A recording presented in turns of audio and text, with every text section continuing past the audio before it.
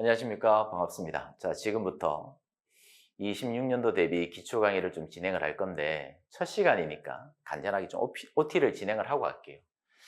제가 사전에 설문조사를 했는데 거의 대부분 이제 비법대생이고 처음 공부하시는 분들이 상당히 있으니까 우리가 앞으로 어떤 내용을 공부하고, 그리고 타직렬하고는 형사법 시험이 어떤 차이점이 있고, 앞으로 커리큘럼을 어떻게 진행할 거고, 그리고 공부를 어떻게 해야 될 것인가, 형식적인 부분이지만 하기는 해야 되니까 설명을 좀 드리고 갈게요. 우리는 앞으로 형사법을 공부할 거예요. 형사법. 형사법은 형법하고 형사소송법을 더해서 형사법이다라고 이야기를 합니다. 근데 우리는 형사법 전부를 공부하는 건 아니에요. 왜냐하면 형사소송법은 나중에 뒤에서 공부를 하겠지만 수사 파트가 있고, 공소 제기가 이루어지고 난 다음에 재판을 받는 공판 파트가 있고, 그리고 공판이 이루어져서 유무죄가 끝나면 형의 집행이 이루어져야 되겠죠. 교도소 보내야 되겠지. 집행 파트로 나누어지는데, 우리는 형사소송법 전반을 공부하는 게 아니라 그 중에서도 수사 파트하고 공판 중에서도 증거법 파트만 공부합니다. 형사소송법의 일부만을 공부한다고 생각하시면 돼요. 근데 형법은 형법 전반 전체를 공부해요. 그래서 형법은 40문제 중에서, 형사법이 총 40문제가 나오는데 40문제 중에서 형법은 27문제 반이 나온다고 생각하시면 됩니다. 그냥 편의상 제가 27문제다라고 적어둔 거예요. 1번 문제부터 27번 문제까지는 모두 형법 문제만 출제가 됩니다. 모두. 그럼 28번 지문부터 39번 지문 문제까지는 형사소송법, 수사증거 파트의 문제가 출제가 되고, 그러니까 마지막 40번 지문 문제가 있겠죠. 이 40번 문제는 형법 지문 2지문, 형사소송법, 수사증거 파트 지문 2지문, 복합 사례형 문제로 출제가 돼요. 그래서 형법편은 총 27문제 정도가 출제가 된다고 생각하시면 되고, 이제 형법의 모토에 대한 부분인데 참 별거 아닌 것 같지만 이 형법에 대한 모토, 기능에 대한 부분은 경찰직 시험에서 매우 중요합니다. 별거 아니지만 여기서부터 형법이 출발된다고 생각하시면 돼요. 여러분들 편하게 한번 들어보세요. 과연 입법자가 형법을 왜 만들었을까? 만든 이유가 있겠지. 형법이라는 법률 조항을 왜 만들었냐면 여러분들이 가지고 있는 자유라든지 권리를 보장하기 위해서 형법이라는 법률 조항을 만든 겁니다. 왜 그러냐면 전제 군주 시대를 한번 떠올려보세요. 중학교나 고등학교 때 역사 시간에 공부를 했을 겁니다. 전제 군주 시대 때는 군주의 자유로운 마음에 따라서 사형을 내릴 수도 있는 거고 무죄를 내릴 수도 있는 거죠. 그럼 전제 군주의 마음에 따라서 유죄가 될 수도 있고 무죄가 될 수도 있어요. 그럼 억울한 사람이 생길 수 있습니까? 없습니까? 억울한 사람이 생길 수가 있다는 거예요. 국민이 가지고 있는 권리라든지 자유를 보장해 줄 수가 없었겠죠. 그리고 난 다음에 시민혁명이 이루어졌고 지금 근대사회로 나아간 거죠. 그러니까 결국에는 예전에는 국민이 가지고 있는 자유나 권리를 보장할 수가 없었으니까 반대로 이제부터는 권리나 자유를 보장시켜주기 위해서 형법이라는 법률 조항을 미리 만들어 두는 거예요. 이런 행위를 했을 때만 범죄가 되고, 이런 행위를 해서 범죄가 되면 어느 정도까지 형사 제재를 가할 것이라는 것을 미리 성문화된 법규로 만들어 둬야 되겠지. 그래야지만 자의적인 형벌권이 발동되지 않겠죠. 자기 마음먹기에 따라서 사형, 무죄 이렇게 하는 게 아니라 여기에 해당이 되는 경우에만 유죄, 해당되지 않으면 무죄 이렇게 될 수 있으니까. 두 번째 기능이 뭐냐면 우리는 공동체 생활을 유지하고 있습니다. 많은 사람들이 모여가지고 생활을 하다 보면 뭐가 생길 수 있죠? 욕심이 생길 수 있다는 거예요. 욕심이. 그럼 이 공동체 생활을 유지를 하려면 국가의 입장에서는 뭐가 필요해요? 일종의 통치 수단이 필요한 거예요. 그게 바로 형법이 되는 거지. 이런 행위를 해서는 안 돼. 남의 물건을 훔쳐서는 안 돼. 사람을 죽여서는 안 돼. 그래야지만 공동체 생활을 잘 유지를 할 수가 있겠죠. 이러한 것들을 우리는 일종의 행위규범이다라고 이야기합니다. 쉽게 말해서 우리가 지켜야 될 규범이라는 거죠. 그러면 여러분들이 봤을 때 국민의 자유라든지 권리를 보장하기 위해서 형법도 만든 거고 공동체 생활을 보장시키기 위해서 형법을 만든 건데 이 두 가지 기능은 비례적인 관계에 있다고 보는 게 맞겠습니까? 아니면 반비례적인 관계에 있다고 보는 게 맞겠습니까? 결론부터 말씀을 드리면 비례 관계가 아니라 반비례 관계예요. 왜 그러냐면 이해를 봅시다. 암기에 대한 문제가 아니에요. 여러분들이 국가의 원수라고 칩시다.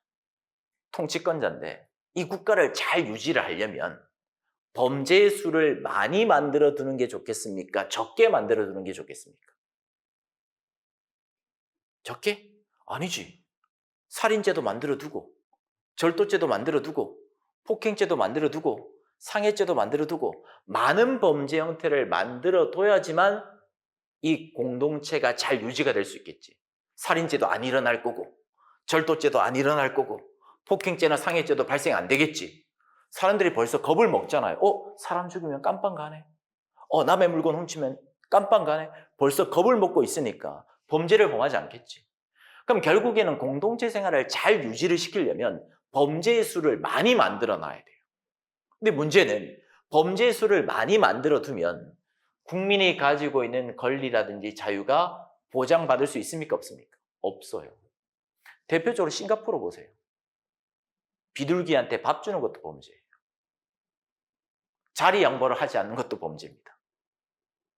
물론 그렇게까지 범죄 형태를 많이 만들어 두면 공동체 유지는 잘할 수 있겠지만 여러분들의 자유가 보장받을 수가 없죠. 그래서 이 두 가지가 기능, 모토는 맞습니다. 모토는 맞지만 이 두 가지의 기능은 비례적인 관계에 있는 것이 아니라 반비례적인 관계에 있다라고 이야기를 하는 거예요. 그래서 이제 앞으로 형법을 본격적으로 공부할 건데 형법은 형법 총칙편이 있고 각칙편이 있습니다.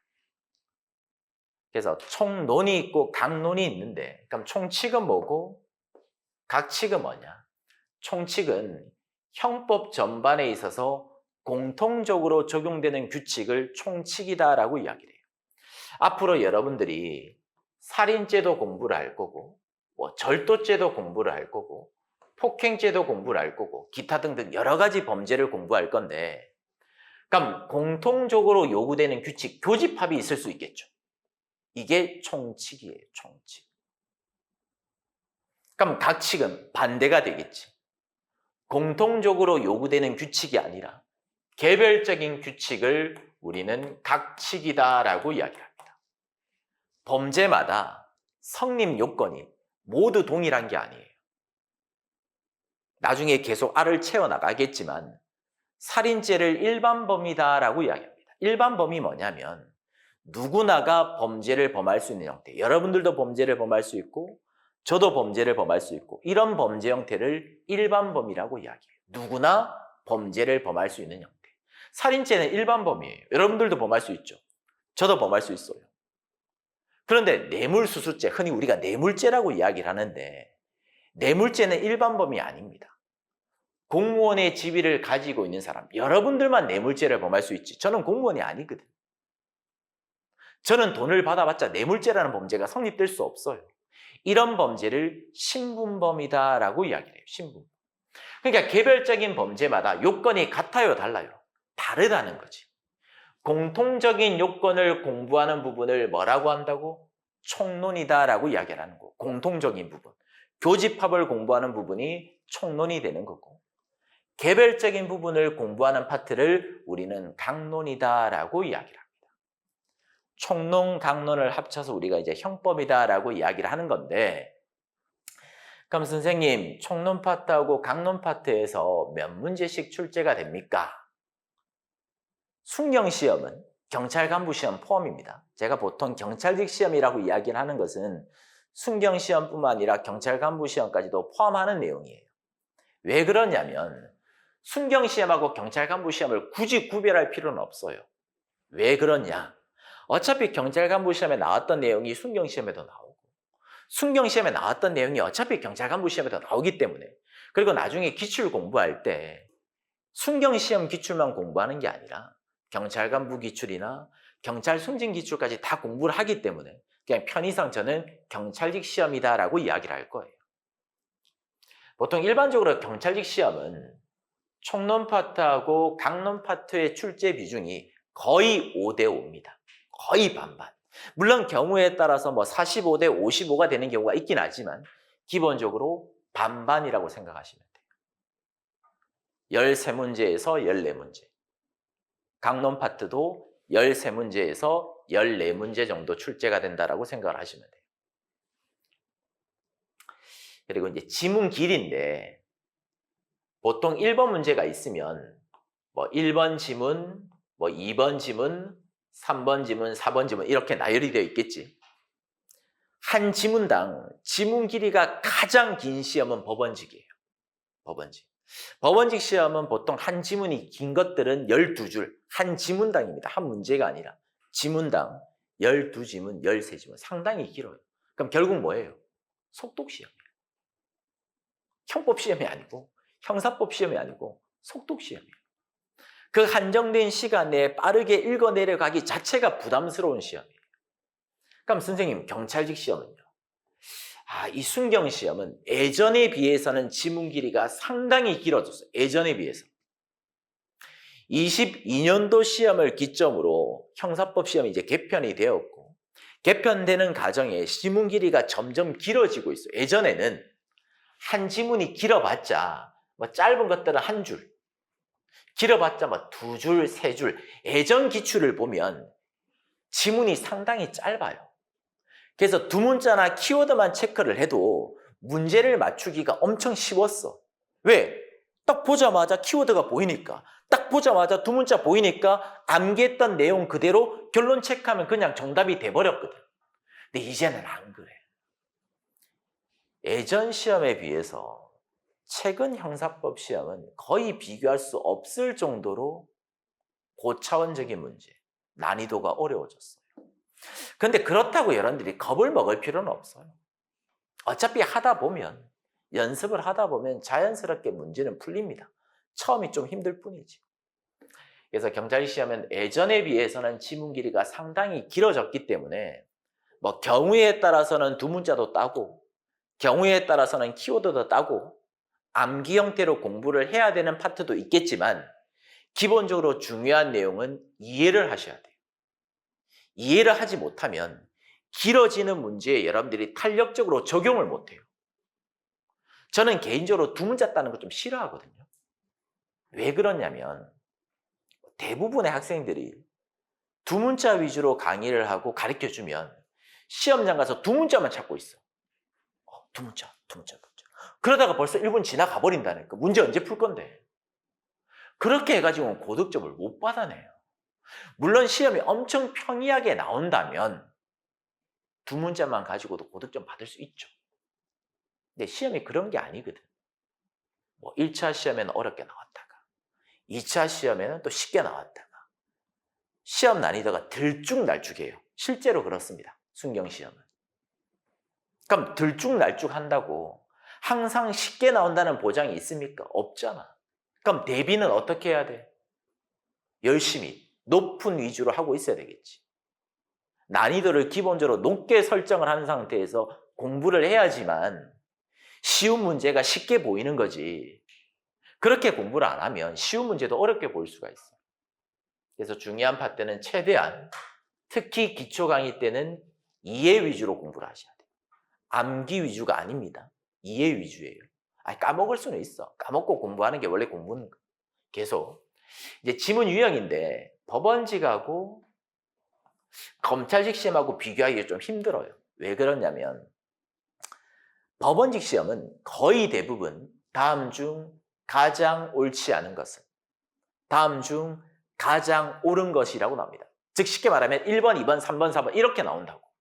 그럼 이렇게 나오는 문제들은 내 지문 전체를 알 필요가 있습니까? 없지. 정답되는 문제 하나만 확실히 알아도 나머지 지문 몰라도 맞출 수 있어. 또는 한두 지문 몰라도 속으로 충분히 문제를 맞출 수 있거든.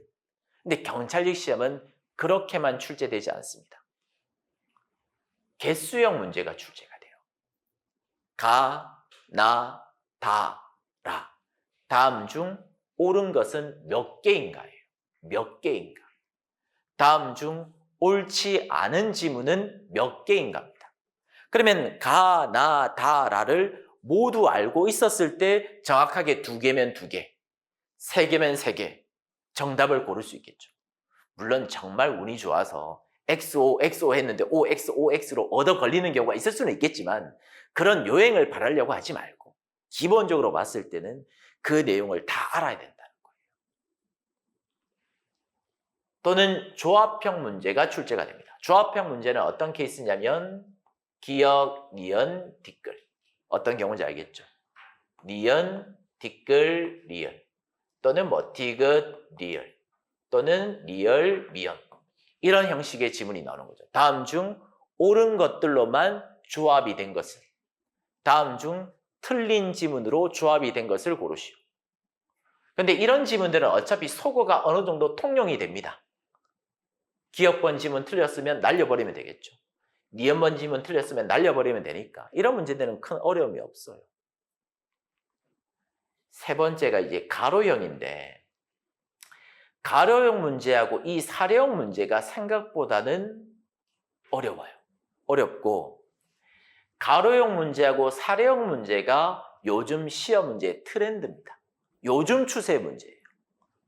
보통 뭐 개수형이나 조합형 이건 예전부터 출제가 되고 있던 시험 경향이고, 요즘은 순경 시험이 되든 경찰 간부 시험이 되든 가로형 문제나 또는 사례형 문제가 출제가 잘 됩니다. 가로형 문제는 어떤 경우냐면 어떤 사례를 던져줘요. 갑이 A한테 블라블라블라 이렇게 했고, 그리고 끝에 결론을 이렇게 블랭크를 해두는 거죠. 이 블랭크에 어떤 죄가 들어가야 될 것인가에 대한 거죠. 그럼 결국에는 이런 문제에 있어서 핵심은 뭐가 될까요? 여러분들이 사건을 읽어보고 이 사건에서 어떤 죄가 될 것인가에 대한 여부를 판단하는 게 핵심 포인트가 되는 거예요. 단순 암기가 아니라. 그래서 항상 처음 공부하실 때는 어떻게 공부해야 된다고? 이해 위주로 해야 돼요. 이해 위주로. 처음부터 요행을 바라는 방법으로 공부를 해버리면, 그런 버릇을 들어버리면 나중에 시험 문제가 변형이 되었을 때 여러분들이 적용을 잘 못합니다. 사례형 문제도 마찬가지예요. 그래서 판서노트를 오늘 나눠드린 자료를 쭉 넘겨보시면 거의 대부분 사실관계가 적시가 되어 있을 거예요. 갑이 이러이러한 행동을 했을 때 과연 어떤 범죄가 될 것인가? 뭐 A라는 범죄가 될 수 있는가 없는가? 또는 B라는 범죄가 될 수 있는가 없는가? C라는 범죄가 될 수 있는가 없는가? 그러한 내용들이 판서노트에 계속 정리가 되어 있어요. 그런 연습을 계속적으로 하시는 거예요. 그런 연습을 하다 보면 그 연습한 게 어느 순간 몸에 배어 있을 거예요. 그럼 배어 있으면 그걸 가지고 어떤 문제가 나오더라도 여러분들이 알고 있는 그 법리, 사고를 가지고 그대로 대입을 해서 문제를 풀어내면 됩니다. 처음 공부하실 때는 겁이 날 수도 있겠지만 시간이 지나면 생각보다 사례형 문제도 별건 없어요. 별건 없어요. 자, 이제 커리큘럼에 대한 문제인데 2차 대비 시험하고 1차 대비 시험은 커리큘럼에 있어서 약간 차이가 있을 수가 있습니다. 왜 그러냐면 보통 이제 1차 시험은 3월 달에 치거든요. 얼마 안 남았죠. 이제 2달 좀 더 있으면 시험을 칠 건데 2차 시험은 보통 8월 달에 있어요. 근데 문제는 1차 시험을 치고 난 다음에 보통 기본 강의가 시작을 합니다. 3월 거 끝나고 난 다음에 4월 달에 보통 기본 강의를 시작해요. 근데 문제는 4월 달에 기본 강의를 시작을 해버리면 2차 시험은 가능성이 있습니까? 없습니까? 거의 없지. 아니 4월 달에 이제 막 공부 시작했는데 8월 달에 시험을 치러 들어가라고? 거의 합격할 수가 없어요. 승부를 볼 수 있는 가능성 자체가 없습니다. 근데 그나마 이제 1차 시험은 2차 시험에 8월 달에 끝나니까 9월 달에 기본 강의가 들어간다고. 그럼 9월 달부터 9, 10, 11, 12, 1, 2, 3원 포함 안 하더라도 거의 7개월 가까이 되니까 계속 이론 강의 듣고 문제풀이 한번 돌리고 마무리까지 하고 들어갈 수 있어요. 시간적 여유가 있다고. 근데 1차 시험 끝나고 2차 시험까지는 시간적 여유가 없거든. 그래서 지금 무엇을 개설한 거다? 기초 강의를 개설한 거예요. 그래서 1월 달부터 시작을 하면 그래도 한번 승부를 볼 만합니다. 여러분들 하기 나름이지만. 그럼 이제 커리큘럼이 어떻게 진행이 될 거냐면 이제 1월 달부터 2월 달, 3월 초까지 기초 강의를 진행을 할 거고, 기초 강의에서는 무엇만을 정리할 거냐면 큰 틀, 구조만 정리할 거예요. 구조만. 형사법은 도구마로 이루어져 있습니다. 일종의 구조로 이루어져 있어요. 구조. 처음부터 끝에까지의 이 끝 구조가 완성이 되면 형법이 완성이 되는 거고, 이 중에서도 어떤 한 파트가 날아가 버리면 구조가 완성이 될 수가 없습니다. 그래서 기초 강의에서의 숙제는 체계를 확립을 하는 거예요. 구조를 완성을 하는 게 이번 강의에서의 목표입니다. 목표. 그럼 체계를 완성을 했으면 그 다음 이론 강의 때는 무엇을 하는 거냐면 체계를 기초로 해서 법리라든지 결론을 정리를 하고 자기 걸로 만드는 과정이 필요해요. 앞으로 제가 강의를 하는 과정에 법리라는 단어를 계속 이야기할 거예요. 법리, 법리, 법리 계속 이야기를 할 건데 여러분들 법리라는 단어 들어본 적 있어요? 법리. 처음 들어보죠. 법리. 쉽게 말하면 법리라는 게 뭐냐면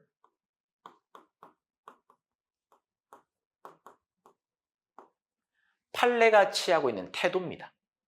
판례가 과연 어떤 입장을 취하고 있는가, 이게 법리예요. 그럼 예를 들어 봅시다. 250조 1항에 살인죄라는 범죄가 있거든요. 한 번쯤은 들어봤지. 살인죄 모르는 사람 없으니까. 그럼 조문에 뭐라고 되어 있냐면 사람을 살해한 자는 살인죄가 된다고 되어 있어. 조문에는 분명 사람이라고 되어 있어요. 사람. 그럼 제가 여러분들한테 물어보겠습니다. 뭐가 사람이에요? 뱃속에 드는 태아도 사람입니까? 아니면 태아는 사람이 아니고 태아가 모체 밖으로 노출되었을 때, 분리가 되었을 때부터 사람입니까? 사람마다 생각은 다를 수 있잖아요. 그럼 판례가 어떤 입장을 취하냐면 판례는 분만진동설을 취하고 있어요. 분만진동설이 뭐냐? 뱃속에 들어있는 태아라 할지라도 분만 직전이라는 거죠. 나오기 직전. 나오기 직전에 뭐가 있죠? 발로 빵빵 차겠지. 분만진통이 개시가 되었다면, 시작이 되었다면 뱃속에 들어있는 태아도 사람으로 보겠다. 이걸 분만진통설이다라고 이야기를 하는데 이게 판례 입장이에요. 이걸 우리는 법리다라고 이야기합니다. 앞으로 여러분들이 형사법을 공부하는 과정에 가장 중요한 건 판례가 아니에요. 보통 수험생들은 판례다, 이론이라고 생각하는데 그건 잘못된 생각입니다. 형사법에서 가장 중요한 문제는 조문이에요. 조문.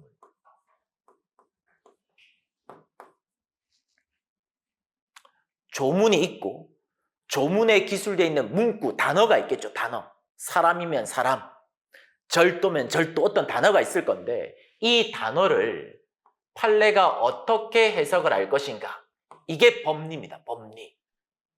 이 법리가 중요한 거예요. 그러면 법리는 하늘에서 그냥 떨어지는 게 아니지. 뭐가 있어야 법리가 나오는 거야? 조문이 있어야지만 법리가 나오는 거예요. 아니 조문이 없는데 법리가 나올 수가 없지. 결국 여러분들이 죽을 때까지 공부하는 부분, 경찰 되실 거니까 죽을 때까지 공부하는 부분은 판례가 어떻게 해석할 것인가, 법리를 공부하는 거예요. 법리를 모르면 어떤 사건 관계가 접수가 되었는데 여러분들이 해결할 수 있어요? 해결할 수가 없지. 아, 이런 사건이 접수가 되었는데 판례는 이런 입장을 취하고 있으니까 이 사건에서는 제가 될 수 있겠구나.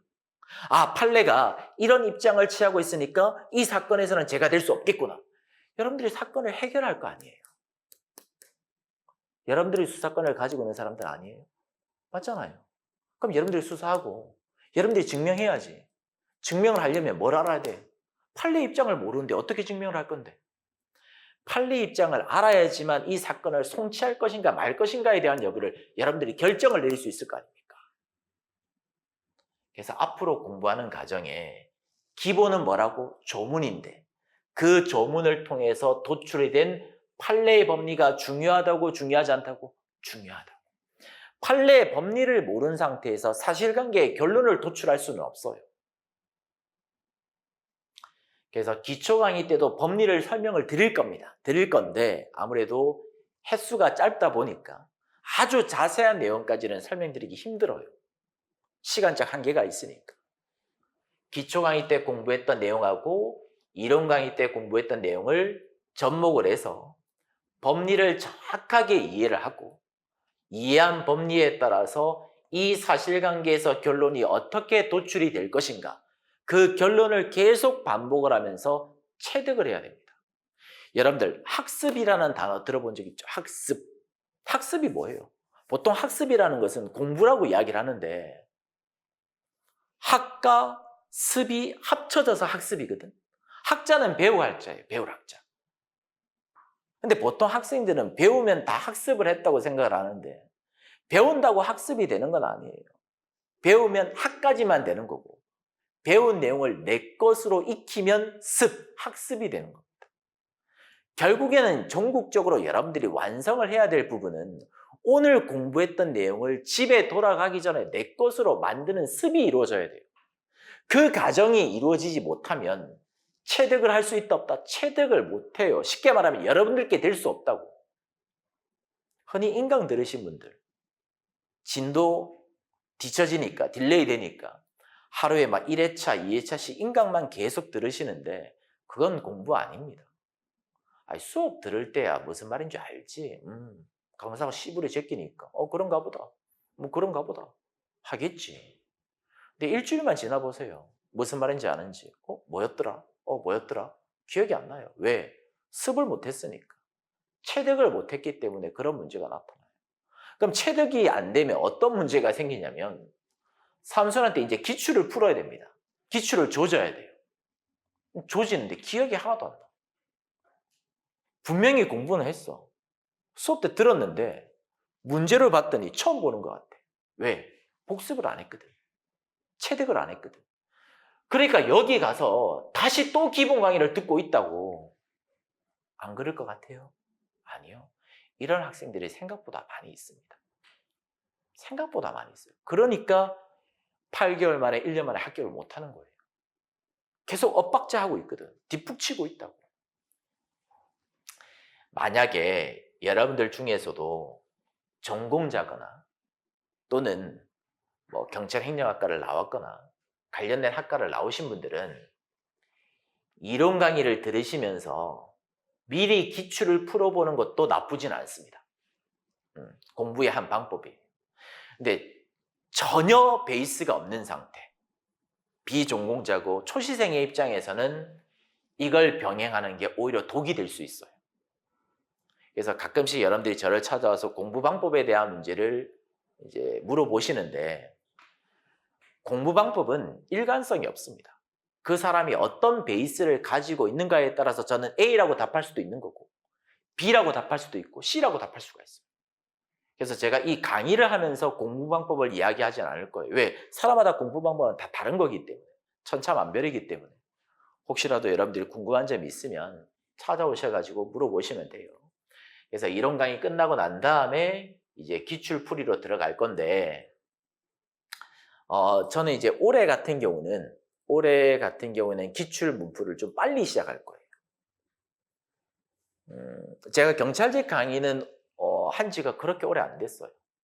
제가 법원직 강의는 오래 했고 신림동에서 경찰 간부 강의는 오래 했지만 제가 뭐 여기 노량진 바닥에서 순경 강의를 한 적은 얼마 안 됐는데 하면서 이제 저도 피드백을 받고 하면서 저도 좀 수정 보완할 필요가 있어가지고 나름대로 곰곰이 생각을 해봤는데 3월 달에 시험 끝나고 이제 4월 달에 이론 강의 들어갑니다. 2순환 들어가는데 2순환 끝마치면 거의 6월 달이에요. 그럼 이제 한 달 반 남았어. 언제 기출 조질 건데? 언제 조지고 언제 시험장 들어갈 건데? 시간적 여유가 없잖아요. 1차 시험은 시간적 여유가 있어도 2차 시험 대비는 시간적 여유가 없거든. 그럼 어쩔 수 없이 어떻게 해야 되냐면 하루에 2타임을 돌릴 수밖에 없어요. 오전에는 이론 강의 듣고 그럼 들었던 진도 부분이 있겠지. 그럼 오후 강의 때 바로 기출 강의 열어가지고 들어야 됩니다. 그러면 그나마 단시간 내에 3회독은 할 수 있어요.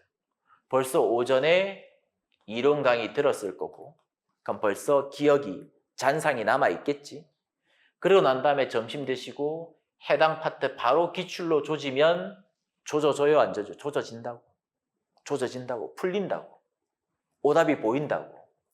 그리고 난 다음에 끝나는 게 아니라 계속 틀리는 지문들, 이해가 안 되는 지문들은 여러분들이 계속 체크를 해두시고 저녁 시간에 보충을 해줘야 돼요.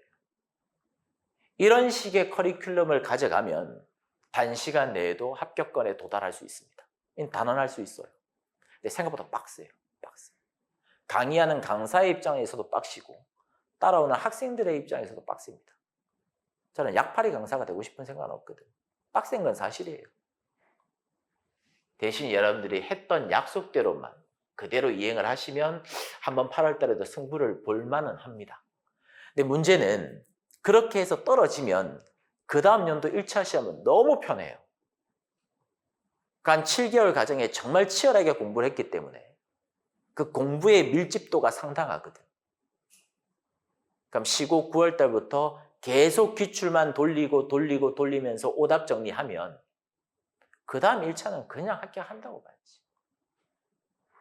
그래서 제가 앞서서 뭐라고 말씀을 드렸냐면 이제 1월 달에 기초 강의 시작을 한다고 나 2차 시험은 가망이 없는 것 같아. 이런 마음가짐을 가지지 말라고. 안 될 때 안 되더라도 어떻게든 내가 2차 시험은 떨어질 때 떨어지더라도 한번 쇼부를 봐보겠다. 한번 부모님한테 증명을 해보겠다. 내 스스로를 증명해보겠다라는 자신감을 가지고 있어야 돼요. 그래야지만 그 다음 시험이라도 됩니다. 어영부영 시간아 내워라 하는 순간 2년 눈 깜짝할 시간이 지나가요. 잔소리 같지만 어쩔 수 없어. 어쩔 수 없어. 여러분들 잘 되라고 하는 소리니까 너무 잔소리라고 생각하지 마시고 그렇게 한번 해보자 라고 의지를 한번 다져보시고, 자, 앞으로 어떤 내용을 공부할 거냐면 기초 강의잖아요. 기초 강의니까 과연 이 내용에서 기본 개념은 무엇인가? 개념을 모르는 상태에서 공부를 할 수는 없으니까 개념이라든지 그리고 이론을 이해를 할 건데, 자, 이 이론은 또 할 이야기가 많아요. 이론. 법원직 시험은 이론 문제가 단 한 문제도 출제가 되지 않습니다. 그런데 경찰직 시험과 검찰직 시험은 이론 문제가 출제가 됩니다. 근데 이 이론 문제가 쉽지 않아요. 나중에 시간이 지나면 쉬워지는데 처음 공부하실 때는 이론 문제가 상당히 빡셉니다. 많은 학생들이 이론 문제를 두려워하세요. 그리고 이론 문제는 암기에 대한 문제가 아니라 이해에 대한 문제입니다. 그럼 선생님, 이론 문제는 또 뭡니까? 쉽게 말해볼게요. 예를 들어서 제가 A 죽이려고 했어. A 죽이려고 했는데 실수로 B를 죽여버렸네? 그럼 여러분들, 이럴 때는 A에 대한 살인죄가 돼야 돼요? B에 대한 살인죄가 돼야 돼요? 제가 분명히 A 죽이려고 했는데 B를 죽였다고. B에 대한 살인죄? 이렇게 생각하는 사람도 있을 거고, 어떤 사람은 A에 대한 살인죄입니다라고 주장하는 사람이 있을 수도 있겠지. 그럼 결국 뭐가 생겨요? 견해 대립이 생기겠지. 견해 대립이 생기면서 학설이 생기는 거예요. X라는 학설, Y라는 학설, Z라는 학설이 생기는 거지. 이런 문제를 이제 이론 문제다라고 이야기를 하는데, 이런 이론 문제는 당장에 나오는 게 아니라 수백 년에 걸친 이론이 쌓여서 완성이 된 거예요. 그러다 보니까 내용 자체가 아주 첨예하고 깊이가 있습니다. 그래서 처음 공부하실 때 힘들어요. 힘든데 제가 최대한 쉽게 설명을 할 거니까, 특히 제가 이론 강의 시작할 때 이 파트는 무조건 이해를 하셔야 됩니다. 잠이 와도 졸면 안 됩니다라고 당부의 말씀을 드리면 허벅지를 꼬집어서라도 때려가면서라도 잠 깨면서 공부를 해야 돼요. 왜냐하면 이론 문제를 맞추기 위해서는 이론 강의를 해야 되는데 이 이론 강의는 시간이 오래 걸려요. 한 5분, 10분 만에 설명할 수 있는 내용이 아니라는 거예요. 제가 좀 전에 뭐라고 말했죠? 이 이론은 수백 년에 걸쳐서 쌓인 문제라고. 아주 밀도가 있는 내용이기 때문에 10분 만에 정리를 할 수가 없어요. 풀어가지고 설명을 해야 되는데 문제풀이 과정에 가서 제가 그 설명을 할 수 있겠습니까? 언제 설명을 할 건데, 문제 풀기도 바쁜데.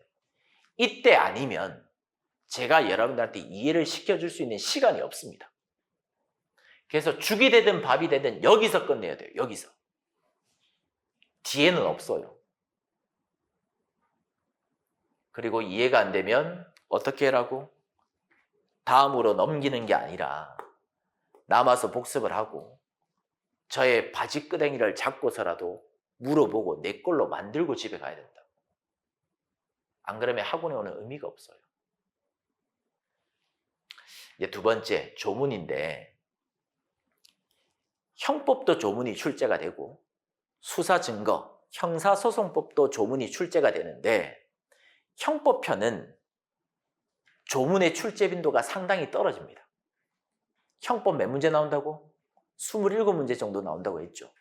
그런데 27문제 중에서 형법은 조문이 한 문제도 안 나올 때도 있어요. 단 한 지문도. 물론 2차 시험 때는 조문이 한 문제 이상 나오기는 했지만 그렇지 않고 아예 안 나오는 경우도 있습니다. 근데 수사 증거 파트는 조문이 상당히 중요해요. 지금 뭐 입법 예고되고 있어요? 여러분들 요즘에 뉴스 보십니까? 요즘에 뭐 개정이 되고 있죠? 수사권과 관련되어서 검찰청법, 형사소송법이 입법 예고가 되어 있죠. 검찰의 수사권을 완벽하게 박탈시켜버리고 공소청하고 기소청을 분리를 하고 기소청에서 어떤 사건만을 담당하게 될 것인가. 앞으로 조문이 개정이 될 건데 그 개정된 내용은 분명 출제가 됩니다. 소송법에서는. 그래서 형사소송법은 12문제 정도가 출제가 되는데 기본적으로 한 문제에서 두 문제는 무조건 조문이 나온다고 생각하셔야 돼요. 몇 문제 안 되는데 두 문제 가까이는 조문이 나온다고 생각을 하셔야 됩니다. 근데 조문이 너무 많거든. 너무 많기 때문에 모든 조문을 암기하는 것은 원시적 불능이에요. 그럼 어떤 것들만 정리하는 게 맞겠습니까? 가장 빈출되는 조문, 가장 기본이 되는 조문을 먼저 암기라고 정리를 하고 그리고 난 다음에 어쩌다 한 번씩 출제가 되는 예상치 못한 불의의 공격, 이걸 이제 불이타라고 이야기를 하는데 정말 예상치 못하는 지엽적인 조문을 그때 가서 정리를 하는 겁니다. 처음부터 욕심을 부리면 돼, 안 돼? 안 돼요.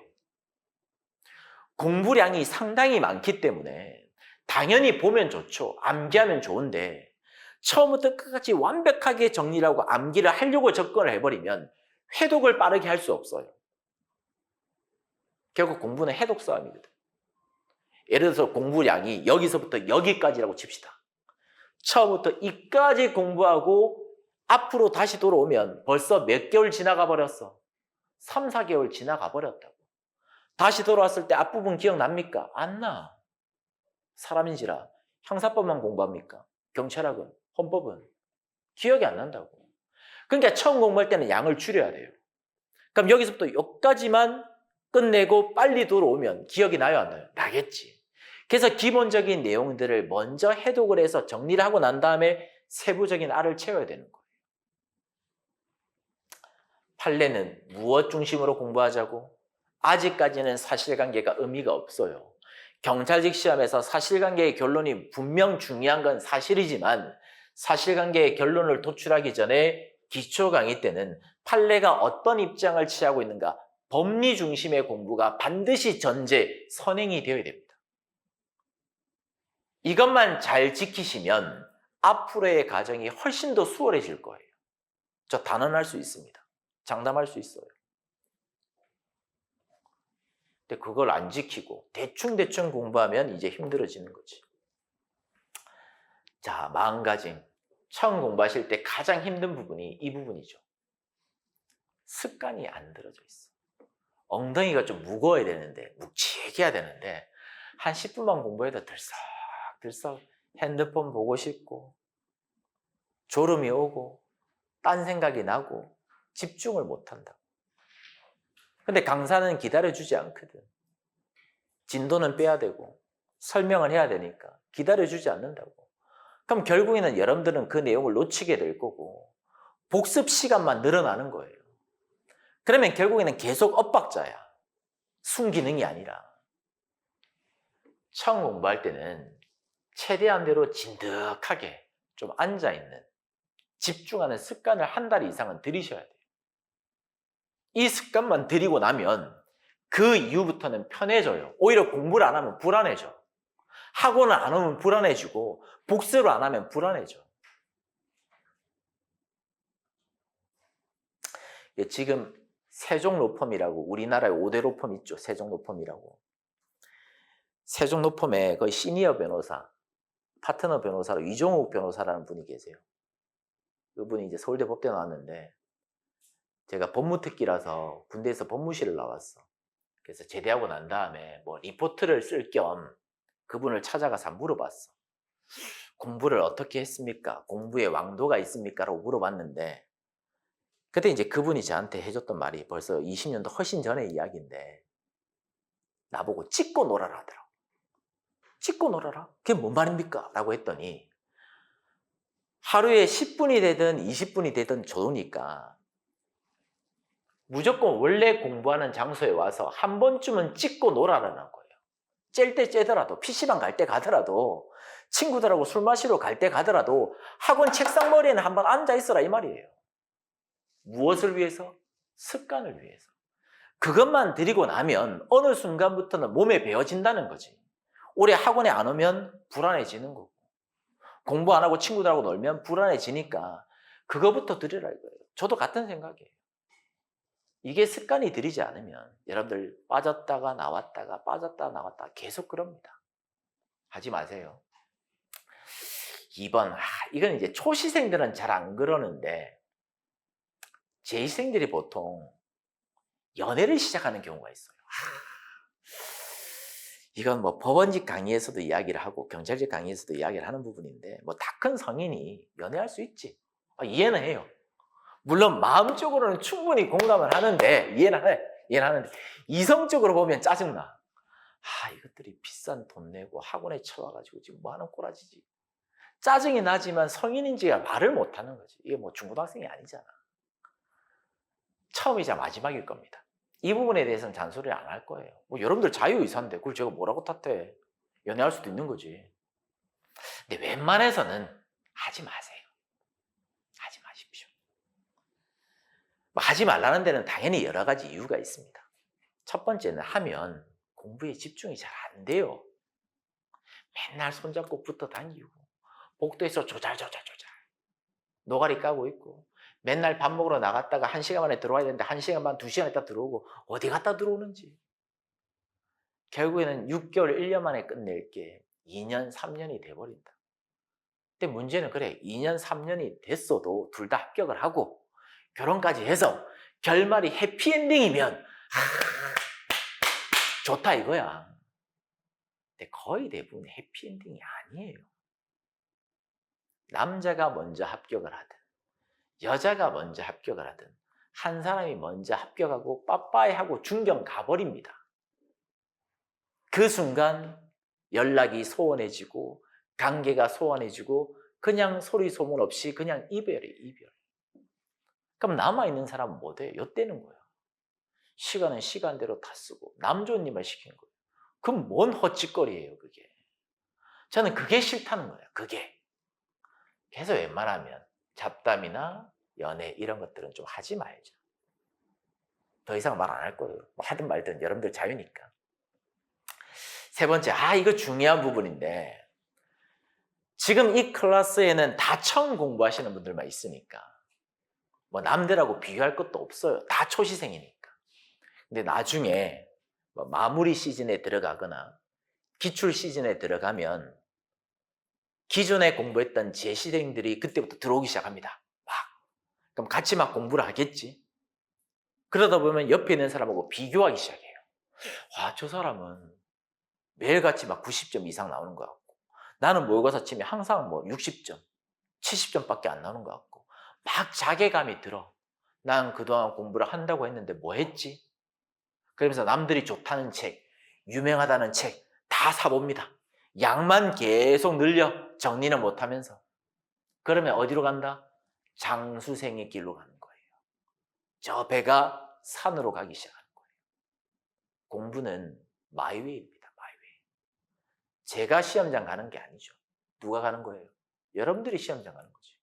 그럼 누굴 믿어야 돼? 나를 믿어야 돼? 여러분들을 믿어야 돼? 여러분들을 믿어야지.